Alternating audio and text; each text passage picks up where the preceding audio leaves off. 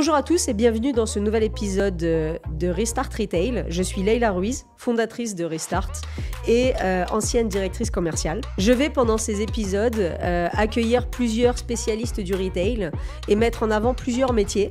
On parlera stratégie retail, on parlera data analyse, merchandising, concept, un petit peu d'intelligence artificielle parce que ça arrive aussi.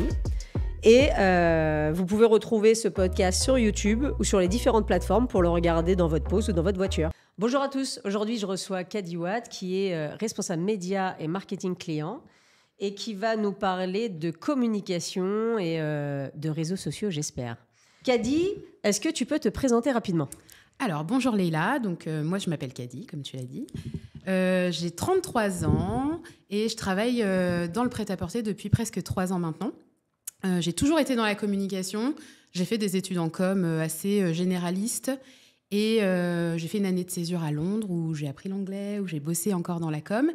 Et après, je me suis spécialisée dans le marketing et le développement des marques avec, pour appétence, tout ce qui est réseaux sociaux et relations presse. Du coup, ça aide de parler anglais. Hein. Ouais, ça aide de parler anglais. Donc, c'est vraiment comment on met en avant une marque, comment on la rend désirable pour que des consommateurs s'intéressent à ta marque, à tes produits, et pour que la presse aussi puisse en parler et en faire la promotion de manière gratuite, sans avoir à acheter de l'espace. Donc voilà ce que je fais au quotidien. C'est canon quand même. Hein. Ouais, je crois que c'est le métier du moment. Hein. Du coup, à mon avis, ça va intéresser beaucoup de personnes qui nous écoutent aujourd'hui, parce que c'est vrai que c'est un nouveau métier. Et moi, j'ai une question très bête, mais il faut faire quoi comme étude pour faire...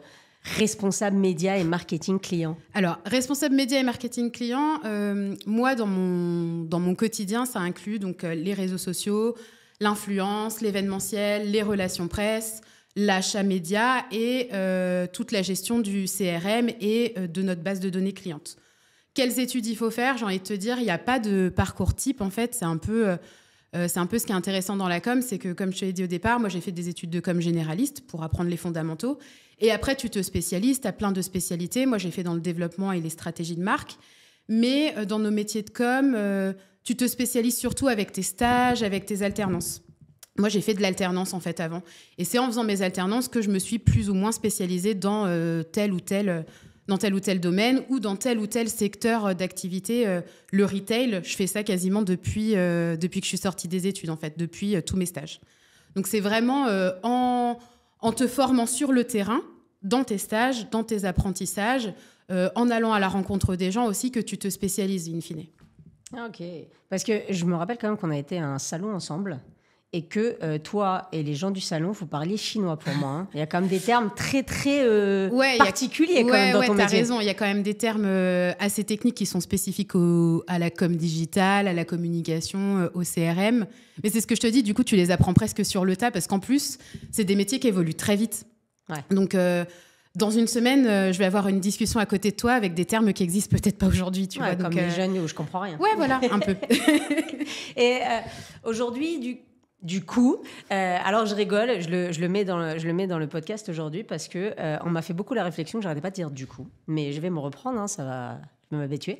Ton rôle dans ton poste aujourd'hui, ça consiste en quoi exactement? Des petites missions hyper terre à terre, quoi. Mon rôle principal, du coup, c'est de définir et piloter des stratégies de communication globalement dans le digital et les déployer sur différents points de contact avec notre cliente. Donc, ça va être les réseaux sociaux, comment on va parler sur nos différents réseaux sociaux à notre cliente, comment on va mettre en avant nos produits sur les réseaux sociaux, idem, comment on va intéresser les journalistes pour qu'ils puissent parler de nos produits, comment on va aller recruter de nouvelles clientes, comment on va animer un programme de fidélité pour toujours intéresser nos clientes, en capter des nouvelles, faire revenir celles qui ont oublié que notre marque existait. Donc voilà, c'est vraiment ça nos enjeux au quotidien avec mon équipe, c'est faire en sorte que notre marque soit désirable, peu importe les points de contact où la cliente va aller.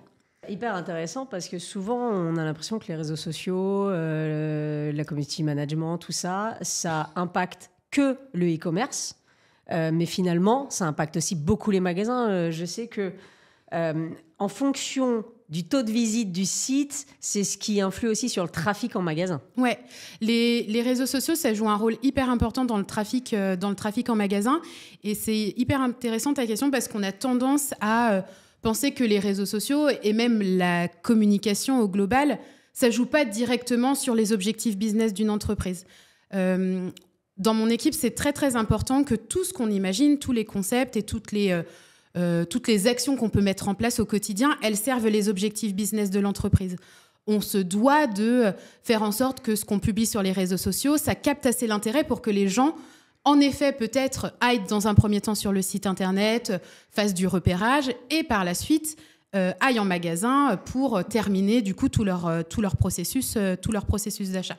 Donc oui, il y a vraiment un gros enjeu de générer du trafic en magasin sur les réseaux sociaux, mais aussi via le CRM et la newsletter ou les SMS qu'on peut envoyer à notre base cliente. C'est hyper important parce que la plupart du temps, c'est oublié dans les boîtes et que du coup, on se dit tout le temps non, mais en fait, c'est de l'argent jeté, ce fameux invest.com.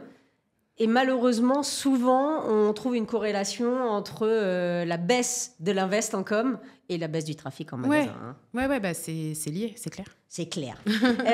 Et aujourd'hui, d'après toi, quelles sont les grandes tendances en com ? Notamment dans le secteur du prêt-à-peu, mais dans le retail en général. Il y a un retour à... Bon, ça fait plusieurs années déjà, mais c'est hyper prégnant à date. Un retour à l'authenticité et presque ce qu'on est en train de voir, c'est à l'intimité.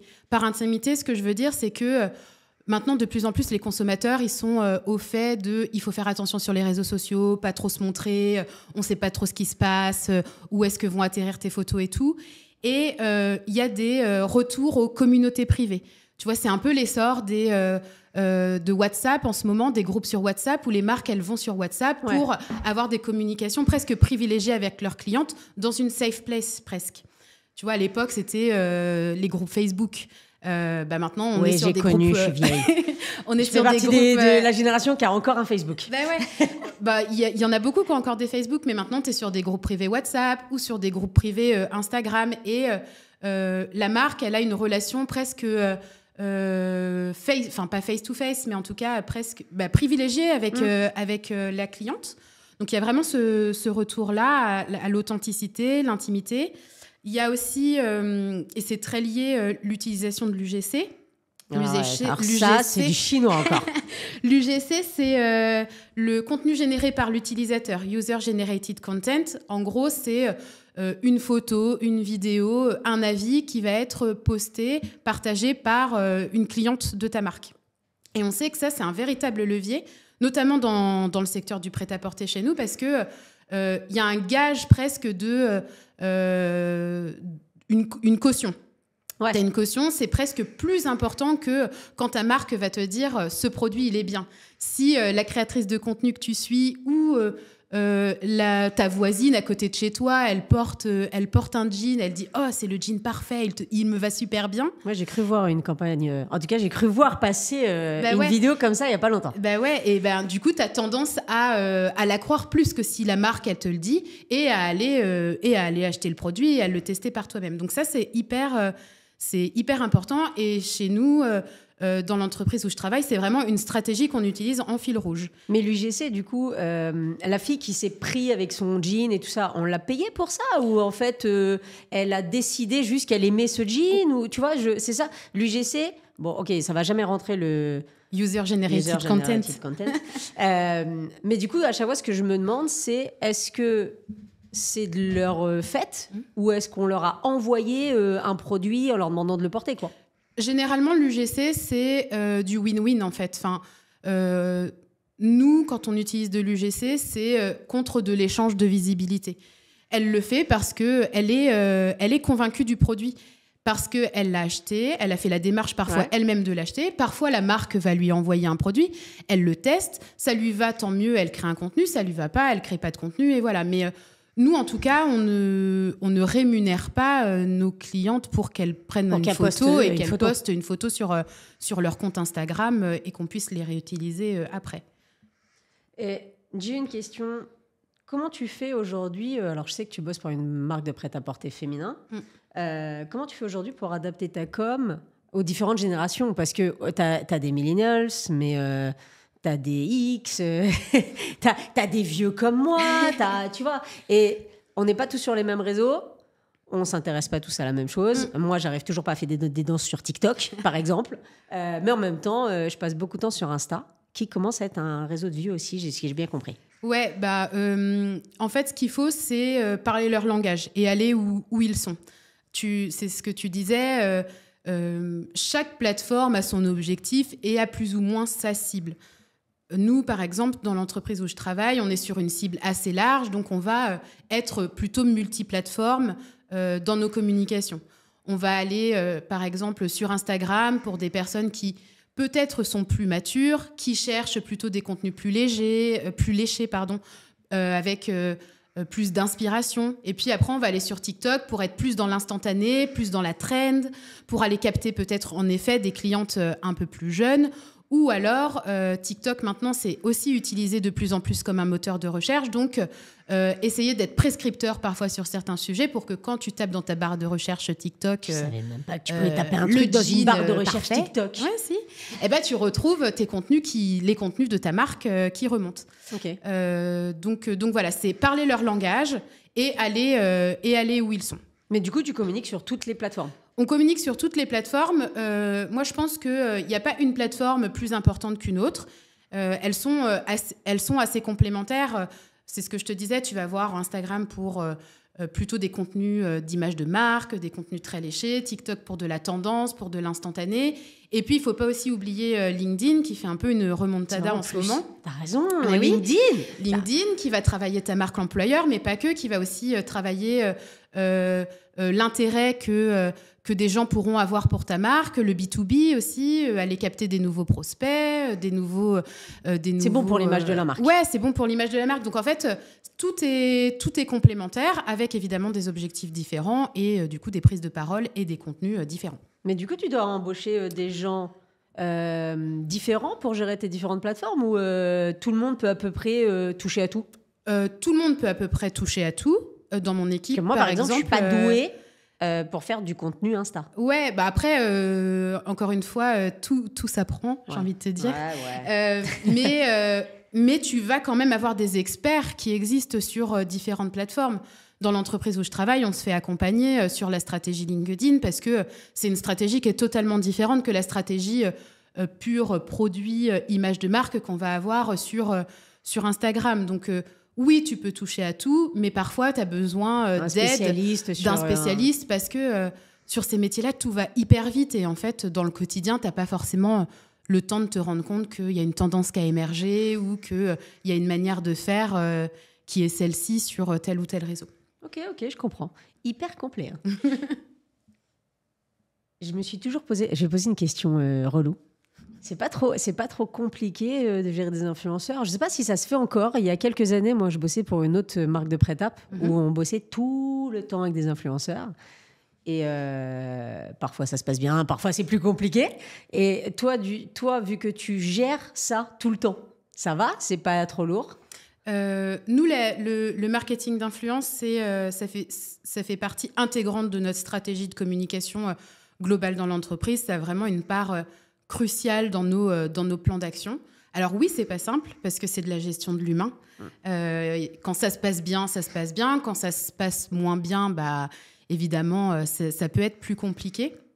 En revanche, c'est quand même important d'avoir ce type de stratégie, surtout dans le secteur du prêt-à-porter et sur des cibles où ton cœur de cible, il a entre 20 et 35 ans.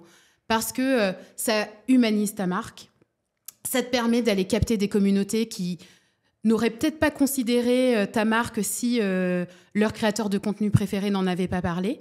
Ça te permet d'avoir une visibilité aussi augmentée parce que tu bénéficies forcément de leur communauté et ça te génère de l'engagement. En revanche, avec le marketing d'influence, il faut faire attention à ne pas tomber dans l'écueil du je ne vis qu'à travers un créateur de contenu. Ça peut être dangereux. Parce qu'une fois que tu as arrêté ta campagne avec ton influenceur, du coup, tout retombe. Donc, ce qu'il faut, c'est vraiment trouver le juste équilibre, utiliser cette stratégie avec parcimonie, capter le bon profil au bon moment pour que ça te soit bénéfique dans la durée et pas juste en one shot, d'un coup, et qu'après, tout retombe comme un soufflé. Ce qu'il faut, c'est que ça amplifie ta visibilité et pas que tu sois visible uniquement qu'à travers lui et sa communauté. J'ai cru comprendre qu'aujourd'hui, les influenceurs, ils avaient un peu changé. Alors moi, j'ai connu les influenceurs, les premiers, en mode Nabila et ainsi de suite. Après, on a eu les influenceurs qui venaient de la télé-réalité. Après, tu as eu les acteurs, les chanteurs et tout ce que tu veux. Aujourd'hui, j'ai l'impression que l'influenceur, c'est monsieur et madame tout le monde. Tu vois, beaucoup de micro-influences. Tu as plusieurs... déjà, on dit maintenant plutôt créateur de contenu qu'influenceur. Excuse-moi. Donc, il y a beaucoup de créateurs de contenu aujourd'hui. Ouais, et t'en as à tout niveau. C'est ce que je te disais. Le premier niveau, c'est tes clients, en fait. C'est ceux qui vont te générer de l'UGC. C'est des créateurs de contenu, comme peut l'être une Léna Situation à échelle différente. Tu vas avoir plusieurs strates du coup de créateurs de contenu en fonction de la taille de leur communauté. Et tu vas pas leur demander la même chose en fonction de leur taille de communauté. C'est pareil, un micro-nano-influenceur, ceux qui ont les plus petites communautés, eux, c'est des communautés qui sont très, très engagées. Donc, ce que tu vas aller chercher avec eux, c'est de l'engagement. Des créateurs de contenu qui sont plutôt macro, voire célébrités, eux, tu vas aller les chercher pour avoir une visibilité hyper forte. Mais les créateurs de contenu, c'est des prescripteurs maintenant, en fait. C'est presque... ils sont à mettre dans le même panier que... alors, c'est peut-être pas le même panier, le terme, mais les créateurs de contenu, maintenant, c'est comme des journalistes. Ils ont autant de... crédibilité. Des hyper connus comme Hugo Décrypte, qui aujourd'hui est suivi comme si tu regardais une chaîne d'infos. Ouais, c'est ça. Et maintenant, tu vois des journalistes qui veulent se mettre en mode Hugo Décrypte. Se mettre en mode Hugo Décrypte avec, je crois que c'est Élise Lucet là, qui se lance sur YouTube. Pour... parce que la frontière, créatrice de contenu, la frontière, elle est hyper mince entre... en effet, donner de l'info et partager tes contenus, être prescripteur sur un sujet. Hyper intéressant. Je peux poser une question. Il faut combien de followers pour être nano, micro Il y a un nombre de followers parce qu'en fait, à combien de followers tu deviens un créateur de contenu? Sur Insta, par exemple. Les échelles, elles sont un peu différentes d'une marque à l'autre. Les créateurs de contenu, ils ont 10 000 followers. Ouais. Il y en a, ils ont 1 million. Autant dans mon cerveau, tu vois, j'ai tendance à me dire, tant que tu n'as pas dépassé les 200 000... Non, en fait, tu peux voir ça comme une pyramide. Tu vas avoir au socle du socle tes clientes, tes UGC. Ouais. Tu vas avoir tes nano- et micro-influenceurs qui vont aller... encore une fois, ça dépend des marques et ça dépend de... Tout le monde n'aura pas forcément la même échelle, mais jusqu'à 10 15 000 followers, tu vas être un micro-nano-influenceur. Ensuite, tu vas passer dans la catégorie middle. Donc, t'es plus nano-micro-influenceur parce que tu as quand même une communauté établie avec un bon taux d'engagement. Mais t'es pas encore... mais Léna Situation, c'est même à part. C'est l'influenceur célébrité, tu vois, on pourrait l'appeler. Tu vas avoir les middle influenceurs, ils vont aller jusqu'à 100 000. Entre 100 000 et 450 000, tu vas être un macro. Et après, tu vas passer dans la case presque célébrité. 500 000, 1 million. Ouais. Pas intouchable. Si tu as de l'argent, tu peux toucher à tout. Ouais, alors ça, je l'ai bien appris. Si tu as de l'argent, tu peux payer tous les influenceurs que tu veux. Si tu as de l'argent, tu peux faire ce que tu veux. Non, mais c'est hyper intéressant. On se pose tous des questions comme ça et de se dire, mais à combien tu considères Je sais que les prix dépendent de du reach que tu vas avoir. Donc le reach, c'est le nombre de personnes que tu vas toucher. Voilà, c'est ça. Les prix, ils vont être influencés par plein de choses. Il va y avoir la taille de la communauté, mais c'est pas forcément ce qui est le plus important. Ce qui est intéressant aussi, c'est le taux d'engagement. C'est que si tu as une communauté de 1 million, c'est super. Mais par contre, si dans tes 1 million, tu as 10 000 personnes qui interagissent avec ton contenu, c'est très peu versus la taille de ta communauté. Donc, presque ce qui est intéressant maintenant, c'est vraiment d'aller capter des gens qui ont des taux d'engagement qui sont intéressants, qui vont en fait permettre de créer une discussion. Parce que oui, c'est bien la visibilité, ça, c'est un objectif. Et donc, si tu as envie d'avoir juste ton objectif de visibilité, tu vas aller taper un gros influenceur et tout le monde va voir ce que tu fais avec lui. Par contre, si tu as envie de rentrer dans la conversation, de créer un lien, c'est mieux d'aller chercher un bon taux d'engagement. Ok, d'accord. Et avec tout ce qui se passe en ce moment avec l'AI et tout ça, tu vois comment évoluer ton métier dans l'avenir? Parce que j'ai l'impression maintenant on peut créer plein de choses, on peut créer un créateur de contenu, tu vois.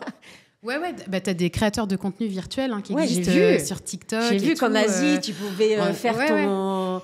Je sais plus comment ça s'appelle. Ton avatar. Tu peux faire ton avatar. Donc, bah, là, il y a quand même des choses qui sont en train de changer, en train de switcher. En effet, avec l'intelligence artificielle qui fait déjà partie intégrante de nos métiers, ne serait-ce que par l'analyse de la data, la personnalisation des communications via la data. Qu'on utilise beaucoup, nous, là. Comme le mail que tu reçois où il y a écrit « Bonjour Leïla ». Ouais, voilà, tu vois, il y a ça. Il y a l'automatisation de certaines tâches. Il ne faut pas voir l'intelligence artificielle comme un remplacement de l'humain. C'est plutôt... moi, j'aime bien dire que, du coup, ça nous permet d'augmenter nos capacités, d'augmenter qui on est. Parce que l'intelligence artificielle, elle va pas réussir à créer justement ce lien émotionnel que tu peux avoir avec ta cliente, l'authenticité de ta marque. Donc, en fait, ça va nous permettre de nous augmenter sur certaines tâches, de gagner en efficacité, parce qu'on va automatiser certaines choses, pour pouvoir se concentrer sur d'autres sujets. Donc, l'évolution de nos métiers, évidemment, il faut qu'elle prenne en compte l'intelligence artificielle. On va plus pouvoir, je pense que ça fait partie de la vie avancer maintenant. Ça maintenant. Maintenant, ça fait en effet partie de la vie et de nos métiers. Et après, ce qui est important aussi dans nos métiers, c'est de garder cette part d'agilité parce que tout va hyper vite. En fait, ce qu'on se dit maintenant, si on avait enregistré dans 6 mois, je te dirais peut-être des choses totalement différentes. Donc, et encore plus dans le secteur du prêt-à-porter, où les choses vont hyper vite, avec des clientes qui sont assez mouvantes, qui vont avoir parfois des avis contradictoires, qui vont changer leur manière de consommer de manière très très vite. Donc agilité et bien capter que l'intelligence artificielle, elle ne nous remplacera pas. Mais elle peut nous aider fort.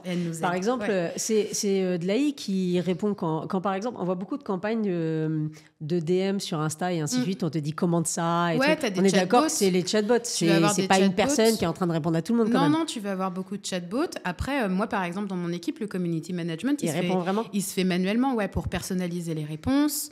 L'AI, on va plutôt l'utiliser pour personnaliser nos communications, pour nous aider à rédiger des contenus. Ouais. Il va nous faire une première base, en fait, là où on va mettre 1 heure pour rédiger quelque chose. ChatGPT est très, très fort. Ouais, il va nous faire une première base et puis ensuite, on va l'affiner, on va y ajouter la patte de la marque. Enfin, voilà, ce que l'intelligence artificielle ne peut pas faire. Donc, voilà. Non, hyper intéressant.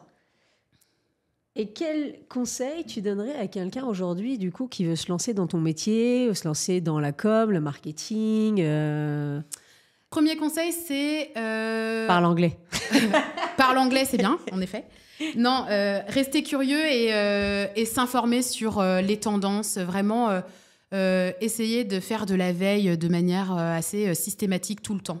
Parce que ce que j'arrête pas de dire depuis le début, ça va très vite. Après, si je devais donner un autre conseil, c'est aussi travailler son réseau. Parce qu'en fait, c'est un métier de contact, de relationnel. Et ça, c'est quelque chose qu'on t'apprend pas à l'école, tu vois. Utiliser LinkedIn pour timide, ça faire ton réseau. Bah, tu peux être timide. Moi, j'ai une part assez introvertie de base. Et ça se travaille avec l'âge, de toute façon. Mais juste aller à la rencontre des gens, faire des salons, ne pas hésiter à discuter avec des gens qui, de base, tu dis « Oh, ça n'a peut-être rien à voir avec mon métier ». Mais en fait, peut-être que tu vas te retrouver un jour dans le même secteur d'activité qu'eux et que tu vas bosser avec eux plus tard. Donc, vraiment travailler son réseau assez tôt.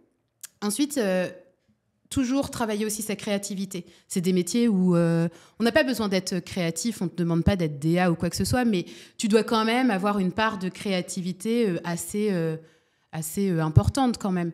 En revanche, ne pas oublier d'avoir un esprit analytique. Tu peux imaginer tous les meilleurs concepts du monde, tu peux avoir toutes les bonnes idées créa du monde. Si tu ne sais pas les analyser derrière et en tirer les conséquences pour voir est-ce que ça a fonctionné, comment je réajuste ou pas, ça n'a pas trop d'intérêt. Donc, essayer de garder cette culture un peu analytique, presque héroïste parfois, parce que de plus en plus dans les entreprises, on te demande 1 euro investi égale au moins 1 euro gagné. Donc, essayer de cultiver un peu ce côté analytique. Et puis là, on est dans une ère de l'authenticité. Donc ça, c'est que ce soit dans la com ou pas, rester soi, quoi. Je suis d'accord. T'as pas besoin d'être, t'as pas Rester besoin d'être quelqu'un d'autre pour bosser dans tel ou tel endroit. Si t'acceptes pas comme t'es, tu vas ailleurs. Ouais.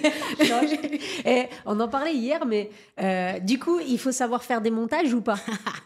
Ouais, et je rigole, mais hier, tu m'as dit que t'avais passé tout le week-end à faire des trucs là sur CapCut.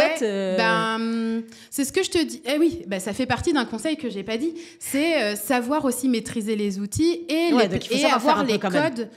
Les codes des plateformes. En fonction de ton métier, on va pas te demander de faire du montage vidéo si t'es pas monteur vidéo ou si tu bosses pas dans le social media.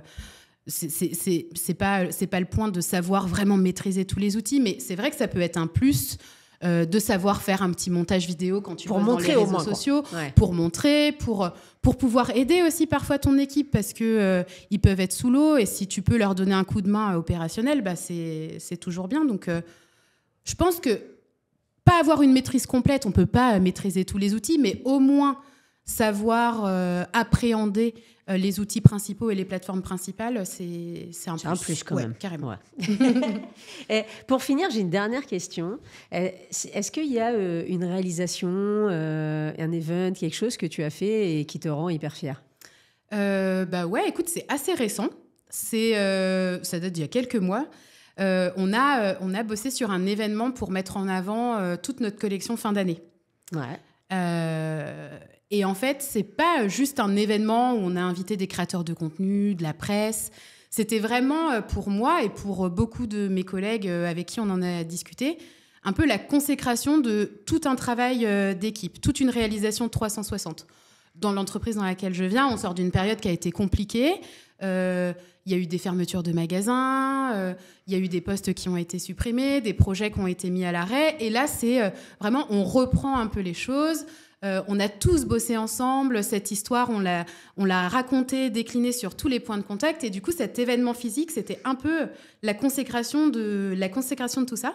Et c'était presque émouvant, tu vois, de voir le travail réalisé, de voir les produits qui ont été imaginés par mes collègues portés, de voir les filles de mon équipe, du coup, être contentes de leur travail. Donc voilà. Et puis moi, je revenais d'un congé maternité. Donc, ça faisait hyper longtemps que je n'avais pas rebossé sur un événement comme ça. Donc ouais, hyper fière de ce travail-là, du travail d'équipe qu'on a fourni et de se dire que c'est que le début et que l'année 2025, ça va être plein de projets comme ça. Moi, je confirme, j'ai eu la chance d'être invitée à ce lancement. Et c'était une belle soirée. Très belle soirée, effectivement, bien réussie, avec des créateurs hyper cool. Ouais, c'était super. Ok, j'ai passé ma soirée à pas savoir qui c'était et à me tromper, mais j'avoue que c'était hyper cool. Ouais, c'était bien. Bravo, j'avoue, c'était top. Merci. Écoute, je sais pas si tu veux ajouter quelque chose, partager quelque chose. Non, merci de m'avoir invitée. C'était très cool d'avoir cette discussion avec toi. C'était canon. Merci Caddy, c'était hyper clair. Je pense que tous ceux qui veulent se lancer vont se dire alors attends, il faut que je me focus là-dessus. C'était hyper clair. Ceux qui veulent pas se lancer, je pense que c'est important dans le retail aussi qu'on comprenne le travail de chacun. Ouais. Et le retail, c'est pas, je leur dis, mais c'est pas que des magasins. Ouais. Parce qu'il y a toute l'activation autour qui fait le résultat derrière dans les magasins. Ouais, c'est ça. On contribue tous à notre échelle à la réussite de l'entreprise et le fait que les clientes, elles viennent en magasin et qu'elles soient contentes d'y aller, d'essayer nos produits, de les acheter, de les porter et de les partager par la suite. De les partager. Merci beaucoup, Caddy. Merci, Leïla. À très bientôt. À bientôt. Et je vous souhaite à tous une très bonne journée et je vous dis à la prochaine pour un nouvel épisode de Restart Retail. Merci d'avoir écouté cet épisode. On se retrouve très vite pour un prochain numéro. Vous pouvez retrouver cet épisode sur LinkedIn, sur les différentes plateformes, YouTube et même sur Instagram. N'hésitez pas à vous abonner, liker ou laisser un commentaire. Et on se retrouve très bientôt pour un nouvel épisode.